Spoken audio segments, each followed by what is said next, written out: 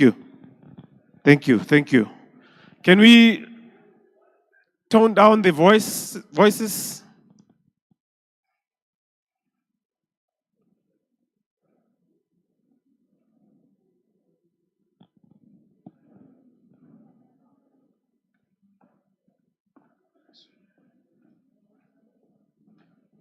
So where are we streaming? YouTube. Go, GDE. GDE, not GPG. No. It's unfortunate. Oh, yeah?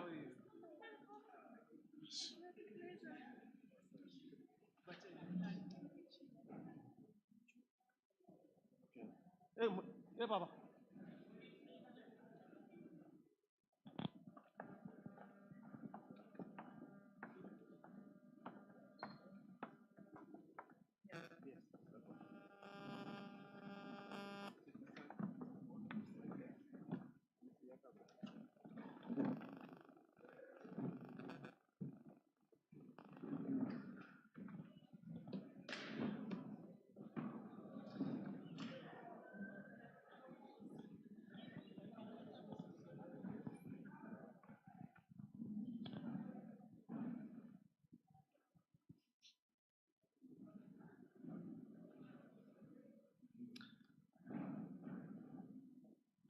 Okay. Can we settle down?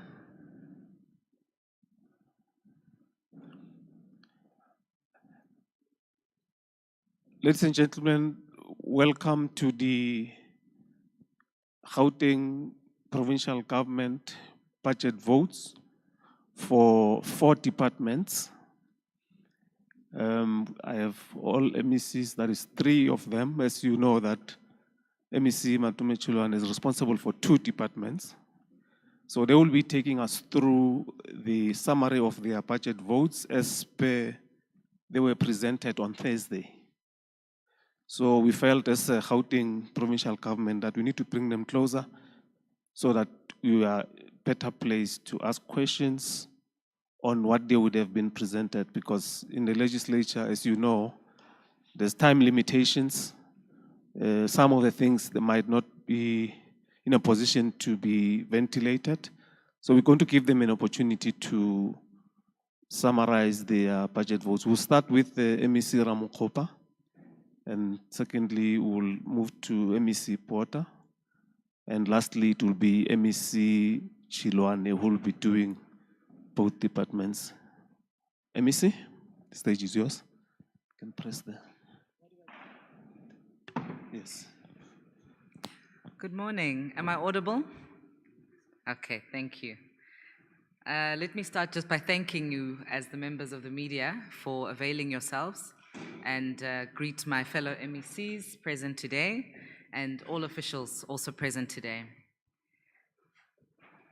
As you would know, on Thursday, the 17th of July, the Gauteng Department of Agriculture and Rural Development presented our 2025-2026 budget. This marks our first year in office and the first year of the 7th administration, and really this budget starts now to articulate our program of action for the 7th administration, as well as our strategic priorities, which I will share with you in a few high-level points. Our theme for this year as GDAD is shifting the needle. And that speaks to our commitment to not just do business as usual, but to take an impact-driven approach and to prioritize impact over compliance. It's also about cutting red tape, streamlining our processes, and ensuring that we make it easier for the farmers and business people in Gauteng to reach us and access our support programs. And most importantly, shifting the needle is about ensuring that we are capacitated with the best and most capable leaders and public officials who will assist us in delivering on our mandate and our programs. So our 5 key priorities, as we expressed in our budget presentation, are as follows. First and foremost, our objective is to end hunger. And when we speak about ending hunger, what we're really saying is we want to reduce the prevalence of moderate to severe hunger in our province by 10% in the medium term. And we do that through our strategic partnerships, but also through supporting subsistence farmers, and we have allocated 41 million rand towards subsistence farmers and subsistence farming programs, which includes backyard farming, homestead farming, etc. Secondly, our key objective is commercialization of small-scale farmers, and that's multi-pronged, and we've made several commitments towards commercialization, but primarily our funding is driven by the Conditional Agricultural Support Program, also known as CASP, and through that program we have received an allocation of 111 million rand, which will enable us to support bona fide farmers, small-scale farmers, and agripreneurs in our province. The third key element is around sustainable job creation. Many of you would have seen that we hosted our inaugural agro-processing convention a couple weeks ago. And this is actually the beginning of our program of action towards creating sustainable jobs in our province.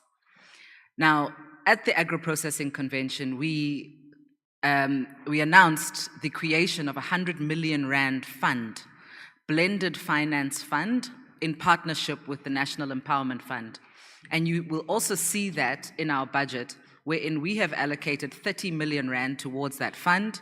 And through the blended financing program, the NEF will also come in and support that fund with the debt financing and enable access to finance for microprocessors and agro-processors in the province. And this really starts to bring to life our plan around industrial-led growth in the province. We want to see increased farming activities, but we also need to be value adding and supporting the value addition in the industry. Another key element that has been quite topical lately is around biosecurity, which speaks to the veterinary services and the budget that we've allocated towards veterinary services. Now, you would have seen in the last few weeks, the country has been battling the scourge of foot and mouth disease, more recently also avian flu, and we have to take a much more proactive approach towards managing such outbreaks. So that being said, our veterinary services has been allocated 104 million rand, and that's really to help bolster our support for animal health and biosecurity in the province. In total, colleagues, the Department of Agriculture has been allocated a total budget, I just want to make sure we get this figure right, 671.1 million rand. That is our total budget allocation. And just for those people who may have been looking at last year's allocation versus this year, you will note also the department has been split out. We are now two departments, agriculture and environment. And so our budget reflects only agriculture and rural development. My colleague here, MEC Botha, will talk to Department of Environment. So with that budget, we actually have seen an increase, a 16% increase in our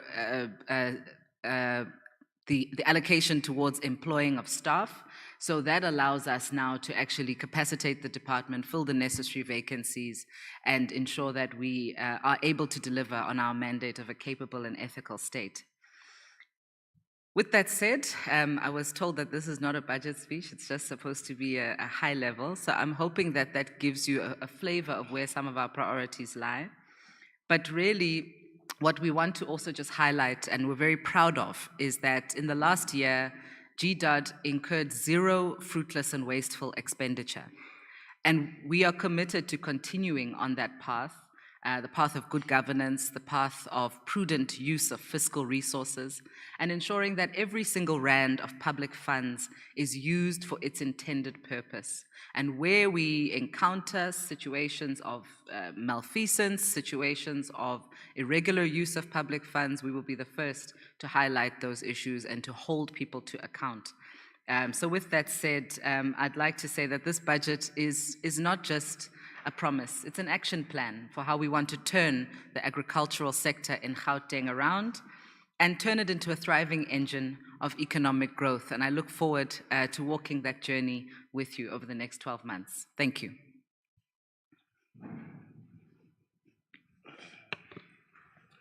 Thank you very much. Good morning, everyone. So, I've got the unenviable job, I suppose, of having to deliver a budget speech 3 weeks into my new term. So the last 3 weeks have been largely trying to understand the environmental landscape, what the portfolio looks like, what the capabilities of this particular portfolio are. I'm just going to break down some of the numbers for you. Our total budget allocation for this financial year is 679.4 million rand. That is then broken down into 353.3 million rand for personnel. That includes your environmental specialists, your compliance officers, and your planners. And these are really the staff that ensure that there's enforcement, that there's policy creation. These are absolutely crucial roles for the department. 9.3 million rand is going to is coming via the EPWP integrated grant. So this is generally for youth and women in greening, recycling, conservation, and park restoration.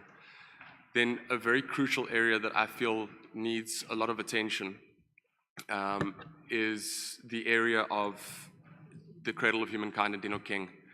These are priority areas for us, not simply because we're working in a space of, looking after World Heritage sites, but these are actually revenue-generating entities. These are entities that need to be preserved, not just for, the longevity of where humankind started, but the fact that there's a big 5-game reserve very close to our capital city in Pretoria is a very important part of what we're trying to achieve as environment.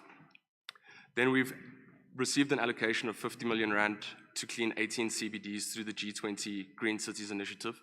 This is something that we really are looking at focusing for a sustainable sort of development plan, something that we're not just going to get the streets clean up until G20 and then thereafter we don't have anything anymore. So we'd really like to see these funds spent on, waste furniture and street furniture that's actually going to be durable and take us through a number of years so that we can actually build on what we've already put in place. Next year we don't come back and say, oh, we need to clean the same areas again.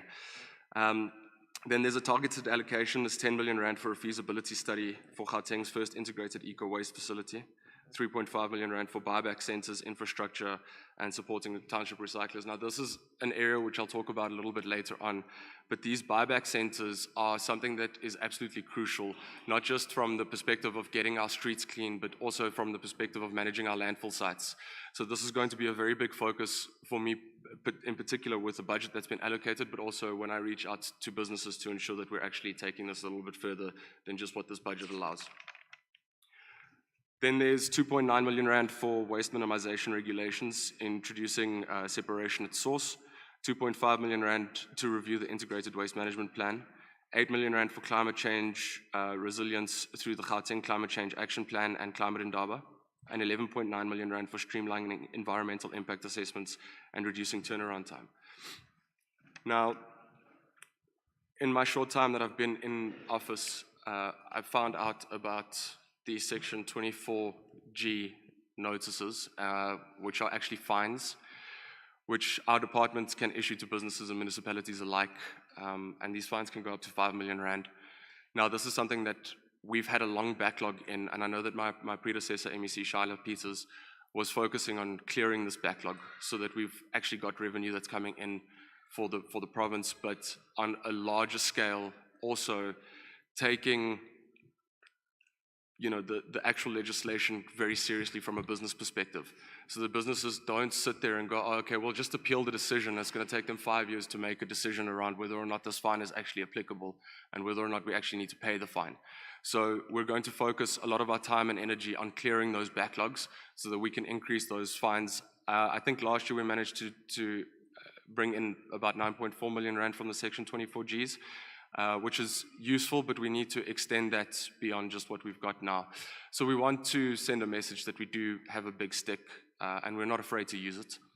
But with that being said, we're also looking at things like intergovernmental relations. This year we've signed an MOU with all of the municipalities in Gauteng, where we're actually saying to each other, look, let's work together. We're not going to work in a silo. Let's hold hands. Let's look at how your budgets can extend to cleaning. Let's look at how we can do these things in a sustainable manner. And let's be open and honest about what we are actually able to achieve and not achieve during this period. So that MOU is also going to be incredibly important for this budgetary year going forward. And then the last big one is actually reaching out to businesses.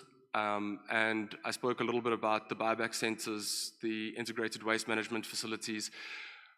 I think that Gauteng has grown so rapidly. I mean, we're one of the smallest provinces. We've got 15 million people living here, and we account for more than a third of the actual GDP of South Africa. So we've just been exploding as a province, and we need to keep up with that particular demand. So if you look, for instance, at the waste pickers and the separators, there's a section just outside the Gautrain station, which has been bothering me for a long time before I even got to this particular position. But those waste pickers have actually managed to make a serious separation section there, just sort of off to one side of Old Pretoria Road. Now, these are indicative of, a gap in the market for businesses. So this is not just something that's being done because, they think it's fun. It's something that we need to start to regulate so that we can start to understand how do we ensure that this is done by the book, that we're not burning plastic off to the side of the road or on the top of a dump, which is causing, air pollution. So when we start to look at these things and we start to work with businesses, I believe that we can call on businesses to help us institute these buyback centers and integrated waste management facilities so that we're able to extend these budgets a little bit further. Now, what that's going to do is it's going to help us manage our landfill sites. It's also going to create jobs if we regulate this properly. And it's also going to stop a lot of the illegal dumping, because if we've got more of these processing power from the buyback centers and integrated waste management facilities, we'll also have a lot less dumping on the road. Then finally, the really, really big call, I was actually a little bit saddened to hear this when we went out on one of the Premier's programs last week, that a lot of the dumping that occurs because some of our residents forget to take their bins out on time and they don't want the waste in their homes. Now, some of this is municipality-based, that's where the MOUs are going to be crucial, but some of it's also just forgetting, that the bins are collected on a Tuesday. So we do call on residents as well to please make sure that their bins are put out on time, that they're not dumping illegally. If they do forget to take their bins out, please take your bins to a proper landfill site where you can dispose of your waste properly, because what's happening now is we're actually spending a lot of our budget having to re-clean a lot of illegal dumping sites. So that's something that we're trying to ensure that if we clean once, that area stays clean, and we're actually able to work very closely with the communities to ensure that these illegal dump sites are stopped. Then I'm also working very closely with MEC Ramhopa and MEC Faith Mazibuko so that we can look at how we can clean some of these illegal dump sites, particularly on provincial land, turn them perhaps into agricultural gardens, and also then integrate some social development works such as rehabilitated drug users that can then come and clean and work on the ground with us. So we're truly taking a stance here that the environment is everybody's business. We're also working very hard on the mine rehabilitation, the water quality.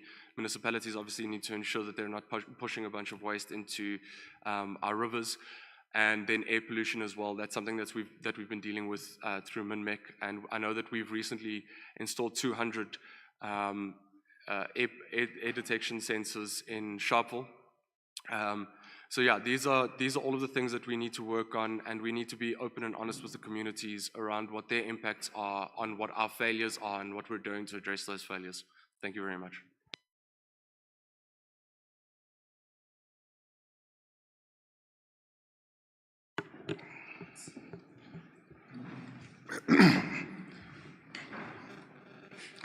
Thank you, Steve. Thank you, colleagues.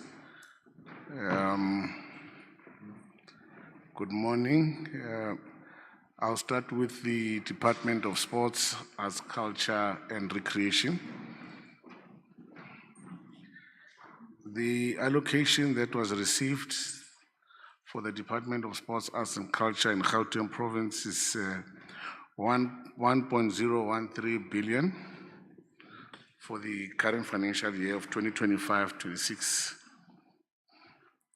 How it's characterized, it's got 4 programs. The first program is the administration, which has got an allocation of around 165 million. The second one is the arts, culture and heritage, which has received 219 million. The third one is libraries and archives, which has got the largest allocations of 320 million. And then we have sports and recreation, which receives 308 million. This is the budget breakdown in the main for the Department of Sports. I'll further break it down with I'll start with the commemoration days, which is an allocation of around 22 million, which will cover Human Rights Day, Freedom Day, Youth Day, Women's Day, and Heritage Day. Further, there's a portion that covers social cohesion games, which is community games across our province. We've also got an investment of about 120 million grant, which enables us to support community clubs and 336 local leagues. And further, we'll be appointing around 101 sports coordinators and investing a further 10 million rand in the Wednesday's League Schools program, of which schools that will be participating are 410, which we intend to grow them to 810 in the medium term. We further received 40 million rand for bidding and hosting, which will cover major events, support for major events that are taking place in our province as part of igniting the social cohesion aspect in our province. That includes, amongst others, the support we give to, for instance, now we'll be giving support to Basketball Africa League, which was hosted in the province, the Springbok Test matches that are hosted in our province, the Rugby Championship, the Football Championship, all the sports, major sports championships that will be taking place. So this will be covered and supported. We will be modernizing our libraries, continue to modernize our libraries. Currently, we'll be modernizing around 36 libraries across our province. We will be opening 2 new libraries in the current financial year, which namely is Kagiso Library and Ridley Modular Library in Mogale City. And finally, we'll also be concluding the opening of the Women's Living Heritage Monument, which we have given a further allocation of 29 million rand for its conclusion and its operationalization. So that will be concluded within this current financial year. We have been dealing with the repatriation. We have received 24 exiles, and 22 have already concluded. We're only left with 2 in the main, and one will be the Florence Moposho, who will be Lady Alexander, and also the jazz musician Todd Machikiza. The date is to be finalized by the family.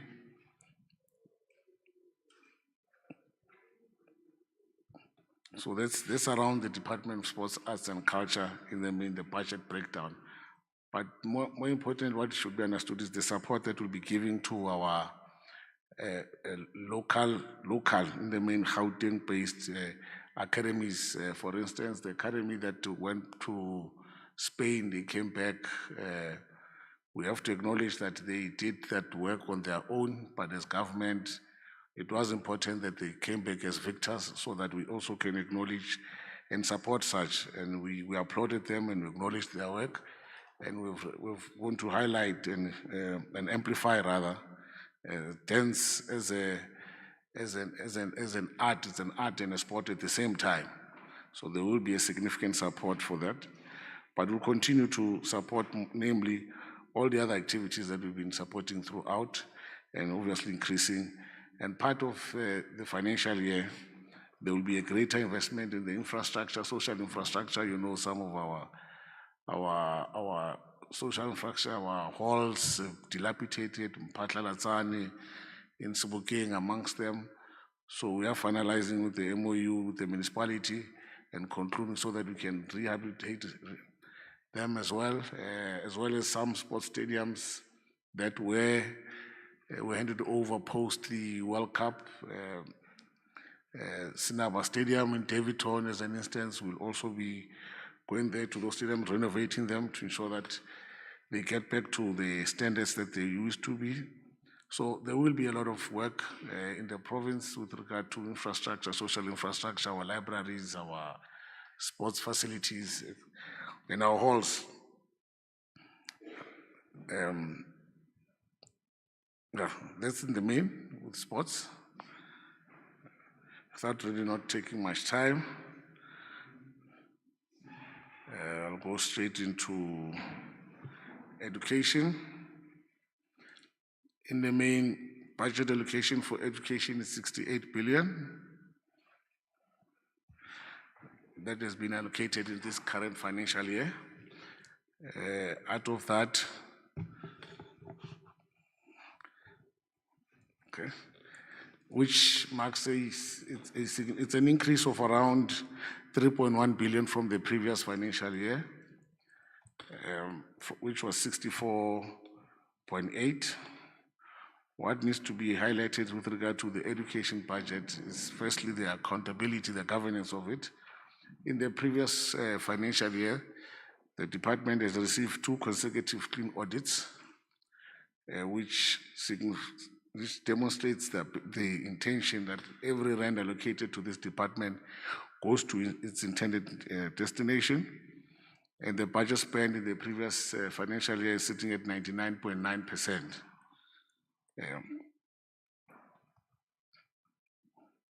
So to break it down, the approach in this financial year, we're using 4 strategies. The first strategy is the strategy 1, which focuses on ECD, early childhood development. Here we'll be investing over 734 million. As we are aware that the Bella Act has made grade R compulsory, so meaning that we will be investing in ensuring that we finalize not only the infrastructure, but also the support, the LTSM as well, for all the grade Rs in our all primary schools. But so far we've managed to have grade R classrooms in all our primary schools except 54. There's about 54 primary schools that don't have grade R, and that's largely because of space. There's no space for us to build grade R in those particular schools. But what happens is that in such an instances, then they have a direct relation with ECDs within the feeder area. So with the strategy 1, we will be universalizing grade R access. And this means that amongst others, we will be training. Currently, we're training over 800 ECD practitioners up to NQF level 6, grade R practitioners. As they conclude this qualification, we then take them, absorb them into the system, we appoint them. So currently we have about 800 that are currently undergoing the course, so that we can then bring them and appoint them into our schools. We'll be further expanding access to ECD with this budget of 734 million, and also further ensuring that we get children ready for mainstream schooling in ECD. This is a key focus area for the department, because we do understand that as you invest in ECD, as you invest in children at an early age, the economic benefits are far more greater as researchers once told us, that if you invest R1, you will get around 13 Rand in economic output in the later years from the ECD expenditure. So that is why we're investing as a province into ECD. The second strategy is to promote quality education, where we'll be investing 2.2 billion. This allocation will encompass largely language and literacy excellence through our GT language and reading improvement program, investing in mathematics and science advancement, investing in technical skills development, and also investing in secondary school support for our grade 10 to 12 learners. Here, we're able to, this is where we're investing lastly into the classroom. This is where we're putting all our investment into the classroom for output. The third one is the changing the educational landscape, which is the largest portion of our investment, which is 3.9 billion. I'm sure you're wondering why I'm speaking these figures, and I spoke about 68. 76.6% of the budget goes to compensation of employees. So meaning that large number of that budget goes to salaries. The department accounts for about the sector around 104,000 educators. So that's where most of the budget goes to. As I was saying, the first strategy which is changing the educational landscape, where we're investing 3.9 billion. Namely, here I will look at our multi-certification, where we're also investing, obviously working with partners. Here we're doing coding and robotics at foundation phase up to Microsoft Digital, AI, and other firefighting and other skills at FET phase. So largely here it means we'll be investing beyond the curriculum offering that's been done within schools. There'll be added skills that we're giving to learners. So we'll be investing there. We'll be investing, continuing to also build more schools of specialization. We have 36 now. So every year we intend to have at least 5 more every year. So the 36 schools of specialization will also be investing there within this strategy of changing the education landscape, as well as twinning. This strategy is based largely on the partnership that we have with private sector, with industry leaders, industry partners. So we'll be investing in the modernizing of our schools, the digital transformation of our schools. Currently, we've distributed over 60,000 learner devices, as well as education support and development through continuous professional development. So this is the support for educators. The last one in the strategy is the safe schools. Here in safe schools, we're investing 2.9. This 2.9, amongst others, it covers school nutrition, where we are feeding over 1.7 million learners, giving them meals daily. Please note that the grant that we get from National Treasury covers only about 1.4 to 1.5 million. So through our equitable share in the provincial government, we are also feeding additional over 200,000 children, as well as we are transporting over 220,000 learners within this, creating safe schools and social cohesion. But furthermore, the approach in this strategy will be investing in the security and securing our schools. Currently, we've deployed security personnel that includes patrollers, private security, and also other partners in the law enforcement area. We are covering over 1,500 schools to ensure that there's safe learning spaces. We're also investing in the sports arts culture integration program, which is physical education, physical, creative, and emotional capabilities. Also investing in the health and wellness support for school health programs, and obviously I've spoken about our pro-poor interventions. So as I conclude, the impact of our investment has been seen with the performance of our province in the previous NEC result, where we've managed to achieve 88.41% pass rate and a 50.27 bachelor pass. And one that is significant is that 80% of our districts have been achieving, no, all of our 15 districts rather, have achieved over 80% consistently for the past 3 years consecutively, and also having some 3 of our districts achieving above our provincial target of 90%, and the significant improvement in literacy and numeracy outcomes.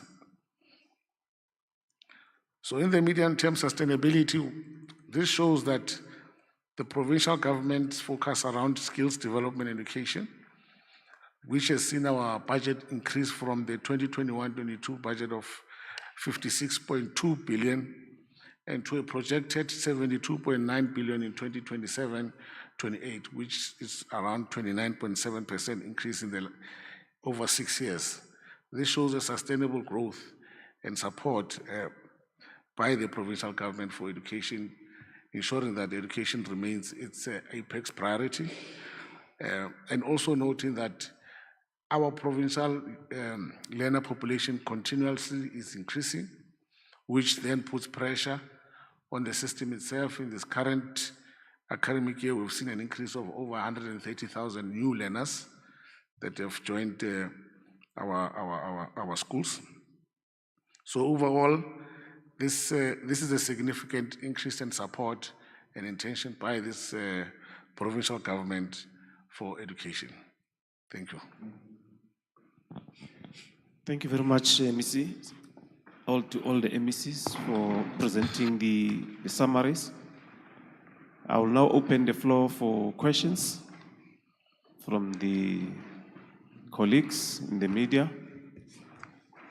And those that are streaming or who are accessing us via stream as well, you can pose questions, you can send the questions, we'll read them. Can I note? Remember your number: 1, 2, 3, 4, 5. Yeah, in that order. Do we have the mics on the floor? Yeah, give it to number 1. Tony? Thanks. Shonim Timkulu from ENCA. Sorry, I just need to take my gloves off. The first question is to the agriculture MEC. Maybe what would an ideal budget be for you when you look at the fact that your budget is 10% of the education budget, for example? Wouldn't issues like food security work hand in hand with health and education? So what would be a sort of more ideal budget for your portfolio? And then my second question is to the environment MEC. MEC, when you talk about cleaning the 18 CBDs, practically what does that actually look like? Does it mean more bins? Will you be removing people if you can do that? And also, which CBDs are the top priorities? And then just my final question to the MEC is maybe just a question of clarity to the education MEC. When you say 130,000 new learners have joined your schools, is that grade 1 and grade 8, or is that in general? Just for clarity.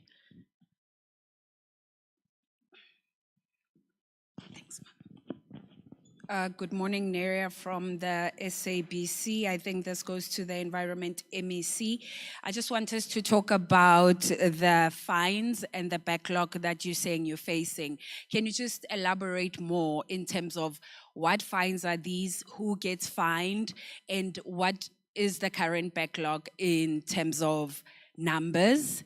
And then I will go to the MEC for Arts and Culture. When we look at your budget, you have set aside at least 219 million for Arts and Culture and Heritage. So I just wanted to find out in terms of also houses, for one, like the Mandela Museum in Soweto, what is the status of that house? Because the last time it was going under liquidation. Well, there was a process of liquidation. What's the update there from the Department of Arts and Culture? Has there been any communication with the liquidators? Have you worked around the clock with the Premier's office on that? Thank you. Good morning. Lapang from SABC News. Just one question to the Agriculture MEC. Just please elaborate on how far the department is in terms of winning the fight against food and mouth disease. If you could just go into detail a bit for us there.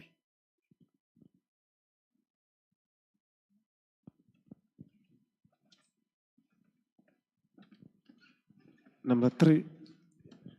Thank you very much. I'm Tana Malinga from Asymptotic News. First question to Environment MEC. What portion of budget is aimed at improving air and water quality monitoring system? To Agriculture, what portion of budget is aimed at youth and women in agriculture? Education, what investments are being made in digital learning and school infrastructure? Thank you.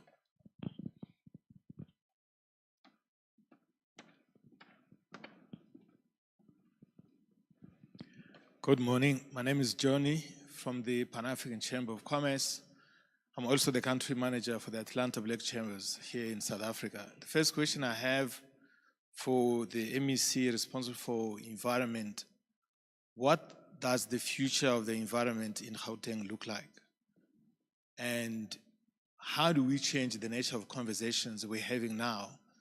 Because if we want a different future, we need to have different conversations.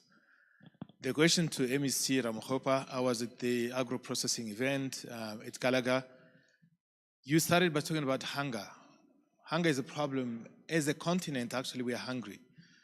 Our chamber is launching a program called Music Beats Hunger, something similar to Global Citizen, where we use music, that is culture, to enable sustainable development. How can the creative sector support you in raising awareness, maybe raising funds as well, to address this issue we have of hunger? So the question to MEC Chilwane, basically arts, education, what does a partnership look like? What does a strategic partnership look like between the province and an event like the World Black Arts Festival we are planning to do during the G20 here? There's a very big delegation of people of African descent all over planning to come. Some want this in Cape Town, others want this in Joburg. Actually, our offices are in Braamfontein, just behind the Joburg Theatre. My second question to you is around art education. Art education is a privilege that many kids cannot afford. The poorer the schools, basically, the poorer the presence of art education. How then do you see a partnership potentially with an academy like the American Arts Academy that is opening here going to look like in bringing artists into schools like here where we are and many other schools that don't have this kind of infrastructure? Thank you.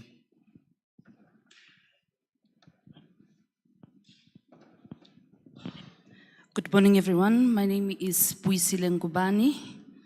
I am the current Master 2 Powerlifting Women for Gauteng and also Master 2 Powerlifting for South Africa. I have represented South Africa internationally and locally. My question is to the sports and arts. The 380 million that has been allocated, can we have the breakdown per sporting code? As a power lifter, being a woman in South Africa, we have missed, last year I have missed 3 international due to funding. Currently, there is a World Masters that I've been invited to.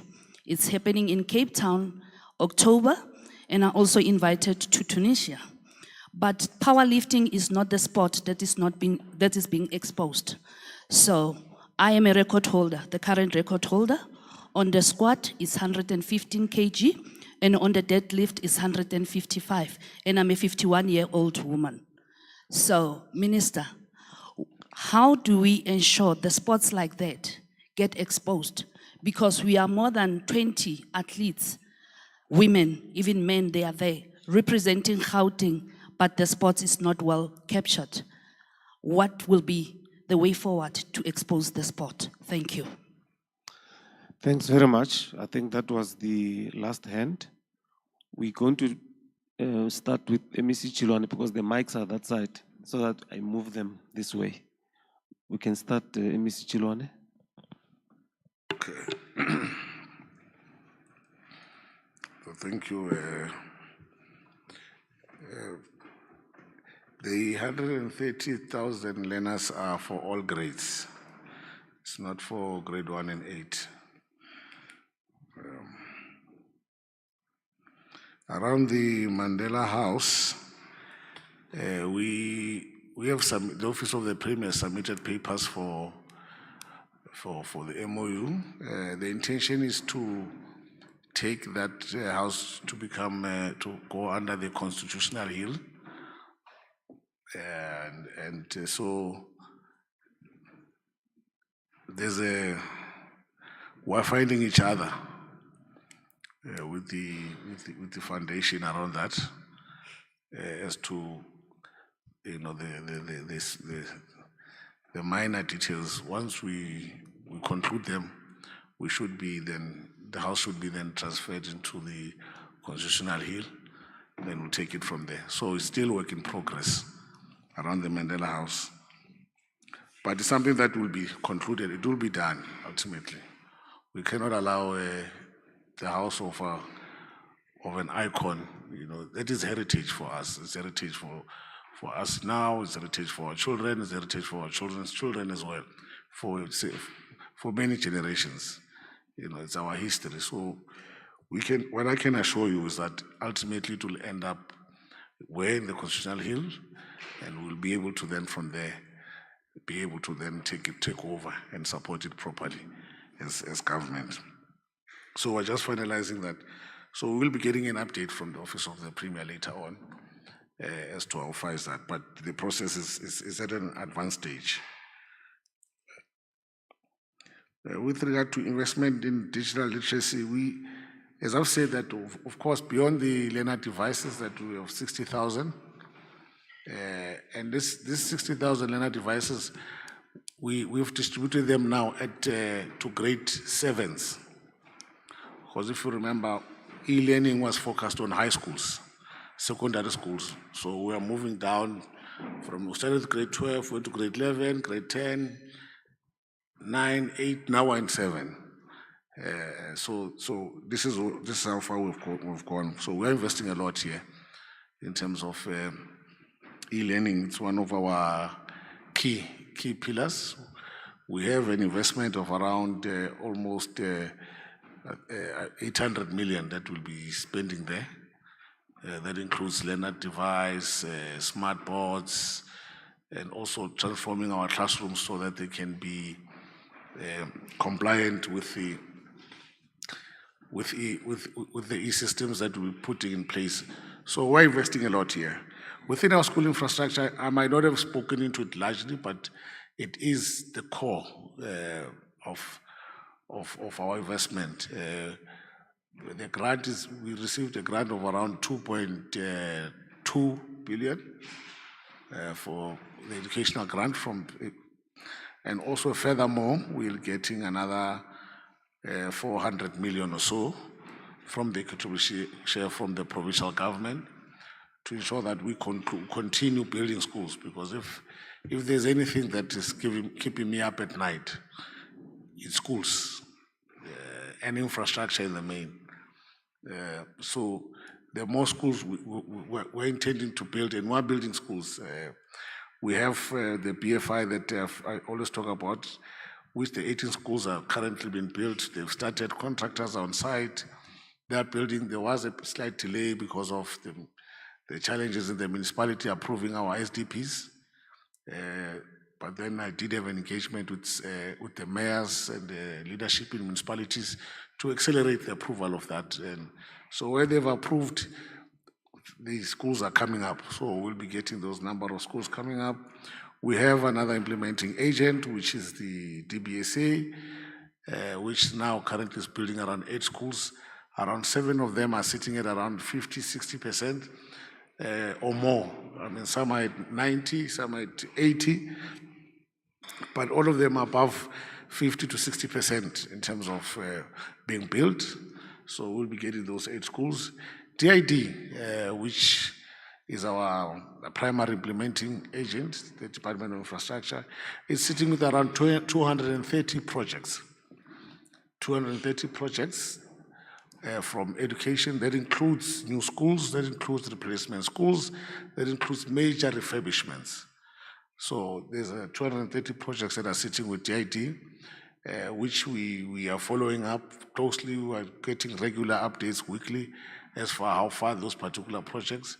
But I can tell you, we'll be getting quite a number of schools. And I anticipate with the changes that has been done in the provincial administration, where my current HOD of education is moving to the Department of Infrastructure Development, I think you'll know that his focus must be education. So we have decided to send our own there to go and assist us to get these schools, because they've been stuck in the pipeline for too long. So we're going to break it down. So that's how much we're investing in there. Look, partnerships, we collaborate with look, we have a large number of partners, as both in education as well as in sports. We just have to agree in terms of what is it that we want to achieve, and then if we find each other, then of course we can collaborate, and we do appreciate partnership. But remember, government alone can't do everything. Government needs support of also, strategic partners, people who want to invest in the broader development of human beings. So it's just all about agreement. And I need to say this broadly, that I want to appreciate the partners that we've been getting across. I mean, the industry has supported some of our sports stars. Obviously, they support those who win, the champions, of course, for endorsement and support, but also work with the department in some of the initiatives that we have. I mean, like the sports awards and others as well. But also the support for our learner population in education, our schools. I can speak about all the major brands. I can speak about BMW working with 2 of our schools in Soshanguve because it's based in that area. Ford supplying schools with vehicles for free to work on them. The companies that work at the airport, supporting our schools in the same area. So local industry does support schools. They do partner. So it's all about agreeing and finding each other. So that's, for me, that's what strategic partnership looks like in the main. We do support artists. We do support market access activations across. We do support that. We do partner with some of the major events as a department. And when we partner with them, we say, this is the condition of us partnering with you, is that you need to give access to local, small, up-and-coming artists.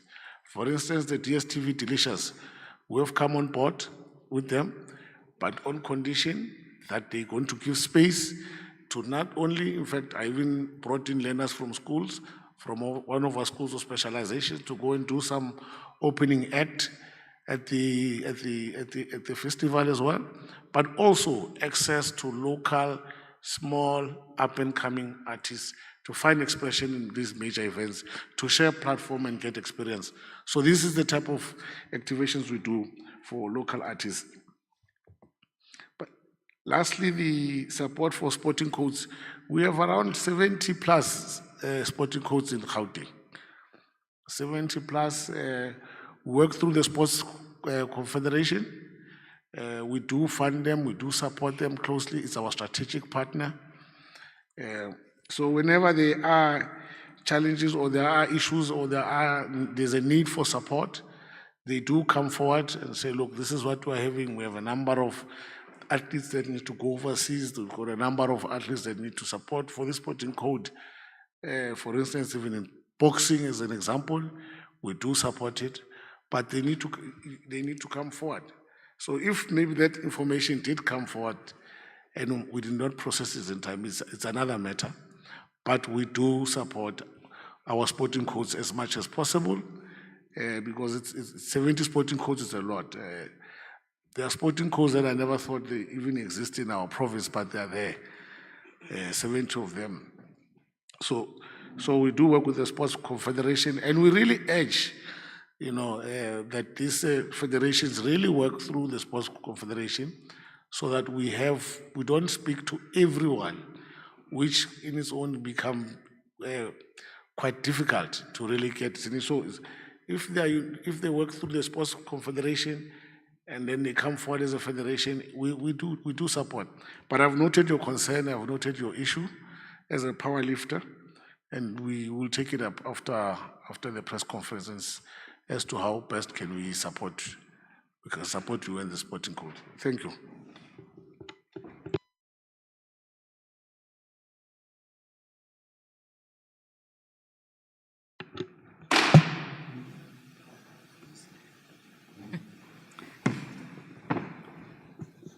Thank you very much for the questions.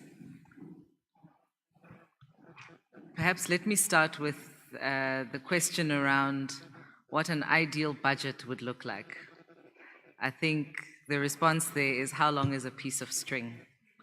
Every single one of us eats and has probably eaten already today. Food and food security is part and parcel of our very existence in Gauteng and in the country. So the budget, of course, that we have been allocated is not an ideal one, but it is a reflection of how the tiers of government, the spheres of government are organized, and what our actual responsibilities are. So it's a reflection of that, and you'll know that at a provincial level, the majority of the budget, based on the mandate of provincial government, would sit within education and health. So all other departments would then have to be allocated budget accordingly, bearing in mind that there are competing interests. But that being said, we are committed to doing more with less. And even with the little that we have, our view is that we can still do a lot more by working smartly, by fostering partnerships with the civil society sector and with the private sector. And let me give you a very practical example. We have embarked on a program to help curb food waste. Nationally, it's been estimated that there's about 10 million tons of perfectly good food that gets wasted every year and lands up in landfills, in your landfills, MEC. Now, we don't want to see that. If we have 10 million tons of food, that alone could assist the circa 9 million people who are hungry in our country every year. And so part of the work that we are doing is to coordinate better with nonprofit organizations as well as with the commercial farming sector to assist in getting food from where it is to where it needs to be. In other words, to the vulnerable communities. Now, that doesn't require massive resource allocations, but it does require us to work in a much more coordinated fashion and to work smarter with other role players in the industry. And there are so many organizations and a whole lot of CSI money that is sitting in the private sector that is going towards such social development initiatives. So our view is that even with the little that we have, if we are able to work smarter, we can actually do more with less. That being said, the agricultural sector contributes quite significantly both to our national GDP, but also to provincial output. And so we would like to see a greater focus on, as we've said, commercialization, creating access to finance for smallholder farmers and small-scale farmers. And to do that, we are leveraging blended financing so that we can partner with the development finance institutions to make our investment also go further. And I gave an example opening. I hope I'm audible still. Let me pull this closer. Yeah. So really, we are looking at different approaches towards driving impact and towards delivering on our mandate that doesn't solely rely on our budget and on the fiscus. Let me speak a bit about the FMD question that came from the colleagues from SABC. The FMD outbreak is ongoing. Let me start perhaps with Gauteng. In Gauteng, we had 32 active cases that were reported. And you would recall, perhaps from some of our previous interactions, that one of the key challenges that we were facing was the availability of vaccines. We had procurement of vaccines is done by national government because biosecurity and the procurement of vaccines is a national competence. Those vaccines are then allocated to different provinces proportionately and accordingly based on where the need is. Now, the epicenter of the outbreak, or rather let me say where the outbreak emanated from, certainly as we have identified through our backwards tracing, is that the start of the outbreak came from farms in KZN and some in Limpopo. And that's really where you had a much higher prevalence of FMD. But of course, because all roads lead to Gauteng, and this is where the market is, we also then get affected. So we received some allocation of the 135,000 doses actually that we had received already. We have administered them all. So our vaccination program has been quite comprehensive, and we have managed to administer all the doses of vaccines that we received. I believe 900,000 doses were procured nationally, of which we received 135,000 of those. A big portion of those went to where the FMD outbreak was most prevalent, which was at the Karan beef site that we visited in Heidelberg. And so we've managed to largely at least get through the first round of vaccines, but it's an ongoing process. And until we can actually get adequate vaccine coverage nationally, we are actually not going to be able to resolve the issue. And so this is what's going to form, I imagine, a large part of the discussions taking place this week. The National Minister of Agriculture, Minister Steenhuisen, will be hosting an FMD indaba at the Agricultural Research Council, wherein stakeholders from all provinces and veterinary services will be convening to address once and for all how we can address the issues of vaccines, local vaccine production, because that is a big issue. If we are constantly reliant on having to import our vaccines from other countries, we do find ourselves vulnerable to such outbreaks. So some of those issues will be addressed at the indaba that's actually taking place this week. I think it's starting on Monday and Tuesday. And out of that, we will then be able to form a coordinated approach. So, and just bearing in mind, I mean, this is not the first FMD outbreak that we've had. I think since 2019, there have been about 300, FMD outbreaks all over the country. And as I'm saying, unless we can deal with some of the core issues, which is around access to vaccines, but also being able to enforce adequate biosecurity measures in the sites of most vulnerability, and I'm talking about auction sites, for example, where animals are auctioned, abattoirs, and also in areas where animals are being transported. Unless we can actually get a coordinated approach towards livestock identification and biosecurity, it will be a recurring issue. So it's something that we are constantly addressing, and our local Gauteng veterinary services team has really been working around the clock to address this.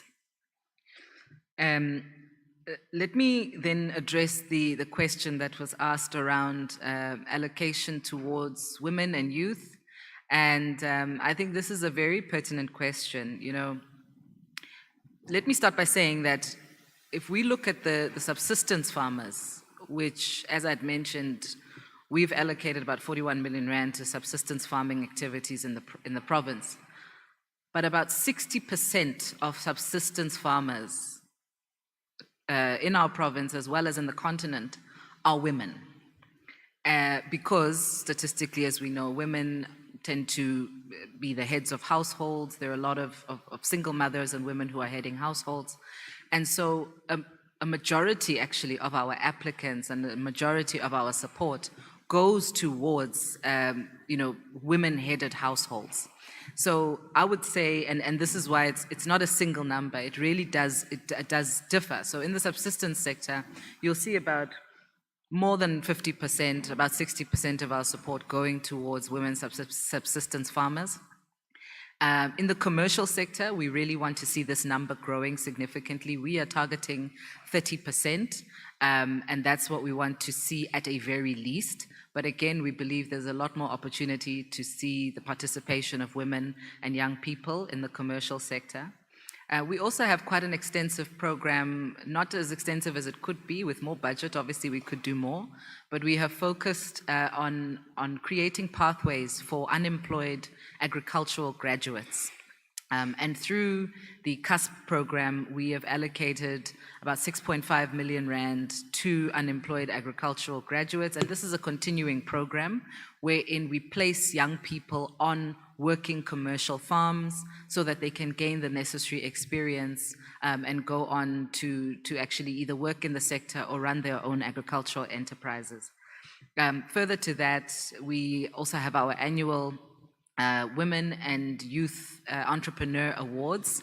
And with this platform, not only do we highlight the achievements, but we also provide financial support to some of these entities to be able to go on and grow their businesses and grow their enterprises. And there, we look at enterprises that cut across subsistence, commercial, as well as agro-processing. So for us, it really is, supporting of women, supporting of young people is core to the work that GDA does, because young people are the majority of our population, as we know, but we also have women who are really leading in this sector. And might I also add, we've been running quite a successful schools program, and with the support of MEC Chilwani, we have been able to adopt the Magalies Secondary School, which is a school of specialization based in Johannesburg, that focuses on agriculture. And we've been able to raise in the region of 10 million rand in support for this school from various partners in the private sector who will be supporting to help develop infrastructure, capacitate and train the learners in this school, and also give ongoing support to the school in terms of technical education and industry linkages. And so really this budget is not the end of our story. We see it as the catalyst and the seed that we plant that is able to then activate the broader agricultural sector to support us in our journey and also support some of our programs and our objectives.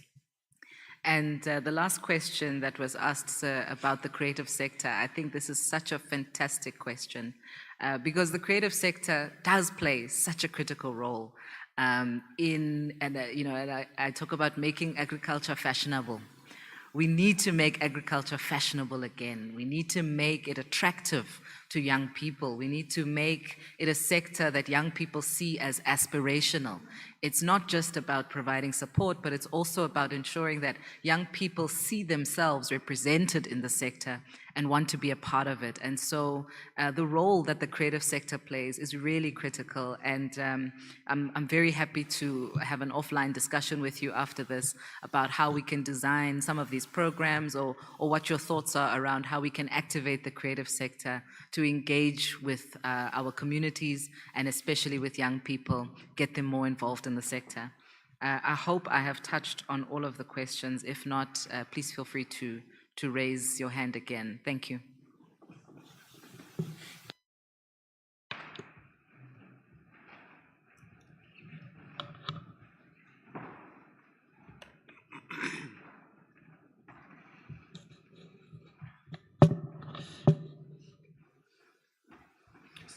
Thank you very much. So I am going to beg the indulgence of the media on this particular occasion based on the fact that I've only been around for 3 weeks. I'd like to offer all of you as much transparency and information as I possibly can, which I may not have or be able to adequately do today. So my media liaison is here, my office is here, so please, if there's anything that you'd like me to go and get more information on, I'm very happy to go and do that. The first question regarding the 18 CBDs. So I raised this question as well with my department to say which are these 18 CBDs. I was then told that it's various CBDs within the metropolitans and within the G20 zones that the G20 is going to be moving through. I didn't find this to be an adequate answer, so I've actually got a presentation with my department tomorrow on all of these zones. So I will be able to give you the 18 CBDs tomorrow, full list. If you'd like me to issue that through a statement, I'm happy to do that. So with the fines in particular as well, this is actually quite an exciting process that I was saying to my department, I really wish I knew about earlier. I really wish that someone had told me that environment had this kind of power.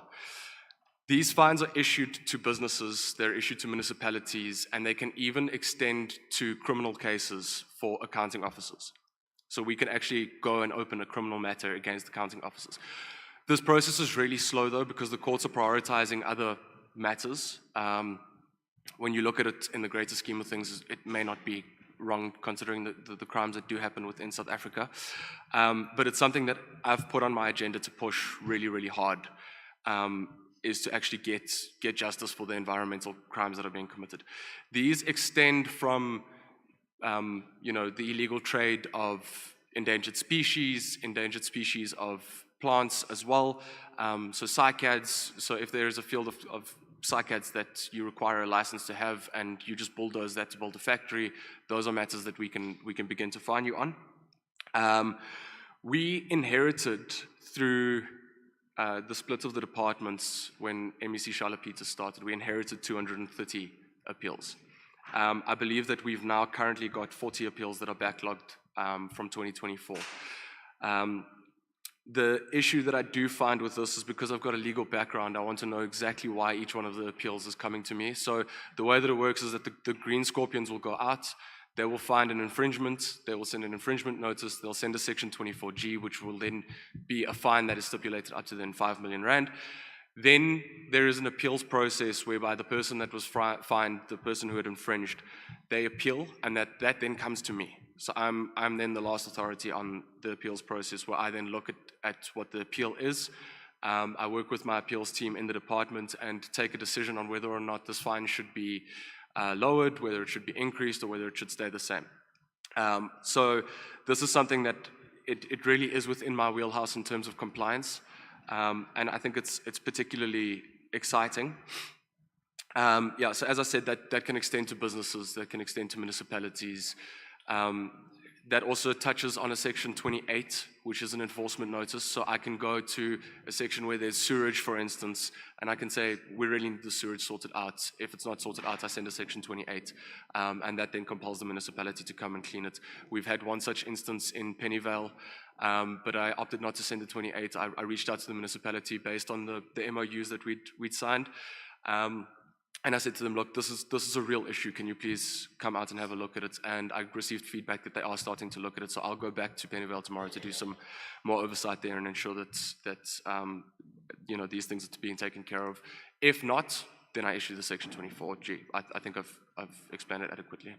Then in terms of the air quality, how much of the budget comes from, is going to be spent on air quality. I've had a relook at the budget now. I don't see any line item that is particularly dealing with the air quality itself. I would think that it falls under priority number 1, but again, I'd like to be really transparent about this, so I'd like you to just give me the opportunity to go back to my office and get the exact amount for you, so that there's no if, buts, or maybes when it comes down to how this money is being spent. Then, what does the future hold? Future of environment look like in Gauteng? Coming into this position, I realized just how exciting this portfolio is, because Gauteng is such a powerhouse in terms of business and economy, and we're talking about 18 CBDs in such a small space. We're talking about 3 metropolitans. Then at the same time, we talk about game reserves, and we talk about, where life started essentially. We've got 40% of all hominid fossils in the cradle of humankind. But then we also look at the scrounge of what's going on, and I think my focus for right now is getting those basics right, making that the streets are cleaned properly, making sure that we're working well in terms of getting our dumps and our landfills cleaned up. In terms of the actual future itself, I've been having dreams over the last 3 weeks of where I'd like to take this department. I'd love to have some sort of application that's linked to AI, that's linked to the air quality sensors, so that we're getting real-time data and we're able to say exactly where these issues are, the hotspots of pollution. I would love to be able to work through that same application and have a process whereby the community is able to send us messages directly, so we can send the green scorpions out. Because all of this is really about efficiencies, right? Everything here is about how do we make everything as efficient as possible.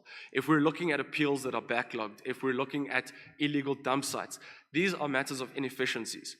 And so I would love to take this department to a space where we're running just a very smooth process, whether that's air quality, water quality, whether that's sewage leakages, whether it's infringements from toxic waste that's being dumped into rivers, ravines, whether that's threats to wetland, whether it's illegal trade of endangered species.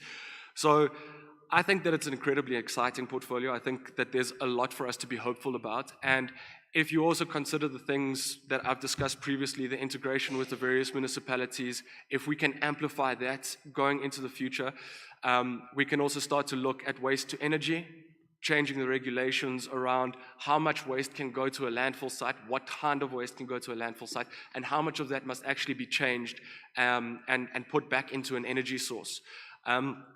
I've looked into a number of waste to energy products. I know that they're out there. I know that there are a number of countries that are starting to enforce these things. And they're incredibly exciting. So, we need to catch up, and we need to catch up quite rapidly to all of these first world countries that are doing the waste to energy stuff, that are monitoring their water on a daily basis, that are monitoring their air quality on a daily basis. So I think that the future of environment in Gauteng looks really, really bright. I know that we speak about trees a lot, and Jeppe being one of the largest man-made forests. We're also pushing the 1 million trees through the presidency. I was at an event with the Deputy Minister of the FFE, I think last week. So these are things that we also need to start to look at. And then, we consider as well the invasive species or alien species of plants, trees in particular, and you look at that around the mine dumps, they're sucking up about 500 liters of water a day each. So these are things that we also need to start to consider, and I need to start to plan around how do we start to remove these invasive species and bring back the natural biome that is, essentially what Gauteng was 100 years ago. Or at least before commercial mining became a really big thing. So these are all of the things that I'm looking at in the future. These are things that I'm starting to plan for, but we really need to focus very, very intensely on getting these basics right, getting the streets cleaned. And then, obviously, informal settlements. I know that there are zama-zamas that have taken over some of our landfills that we need to start to focus on. How do we deal with all of that? We'll be working very closely with the Premier's office as well to ensure that our laws are enforced around illegal foreign nationals that are coming in, and also, they're not separating in the right way, they're not regulated. We need to bring those regulations around the buyback centers. How do we take a buyback center, and instead of allowing this to be just some sort of informal separation that's happening, how do we turn that into a regulated space that's actually responsible for job creation? So these are all of the things that I'm now starting to concern myself with going forward. Then I also just want to go back to the 18 CBDs. There's one more point that I'd like to touch on here. So I've met with Pick It Up. We've had a discussion around what's possible in terms of underground bins, because I feel like a lot of our street furniture is quite small and compact, right? So if it fills up and we don't collect it regularly enough, then we just end up with a bunch of litter on the roads. So I'm speaking to them about various ideas that we can utilize to ensure that we're creating more space, because if we're using smaller bins, we're using above ground skips, these are things that, you know, the wind picks up and the papers blow out, or the rubbish blows out of an above ground skip. So we're looking at various ways of doing these things. We're also looking at various monitoring stations. I've already spoken about the fact that I'm now going around and looking at areas where there's sewage that's overflowing. We're looking at how we can go about cleaning those things up. And again, this is something that there's been a budget allocation for G20, and it'd be really nice for us to look good during G20. But I don't want to have to sit here in a year's time and say to you, oh, well, you know, we did a really good job cleaning it up, but the infrastructure didn't allow for us to continue to move. So this money needs to be spent strategically, and I know that there are time pressures around these things, but it needs to be spent strategically so that next year when there's a budget allocation, I can do different things and not more of the same things to try and clean up different dumps. There's a lot of waste programs that I'd like to invest in. There's a lot of youth programs that I'd like to invest in. And obviously air quality programs that I'd like to invest in. And I already spoke about the potential of, you know, designing an app of some sort to make sure that the environment is top of mind for everyone. So I think that thing covers everything. If there are any further clarifying questions, or if you need comprehensive lists, as I said, I'd like to be as transparent as possible. My office is here, and we'll make that information available. Thank you very much. Ladies and gentlemen, thanks very much. As we conclude this segment of the, oh, you wanted a follow-up?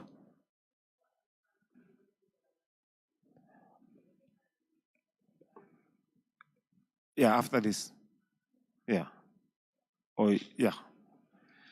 Yeah, let's conclude this segment, and we can then entertain that interview while we prepare quickly for the second segment, which is the online admissions, where Ms. Chulan will be taking you through the process on how we apply and the do's and don'ts, and we'll then go to Q&A at a later stage.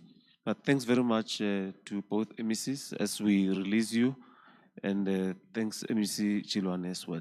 Thank you very much, ladies and gentlemen.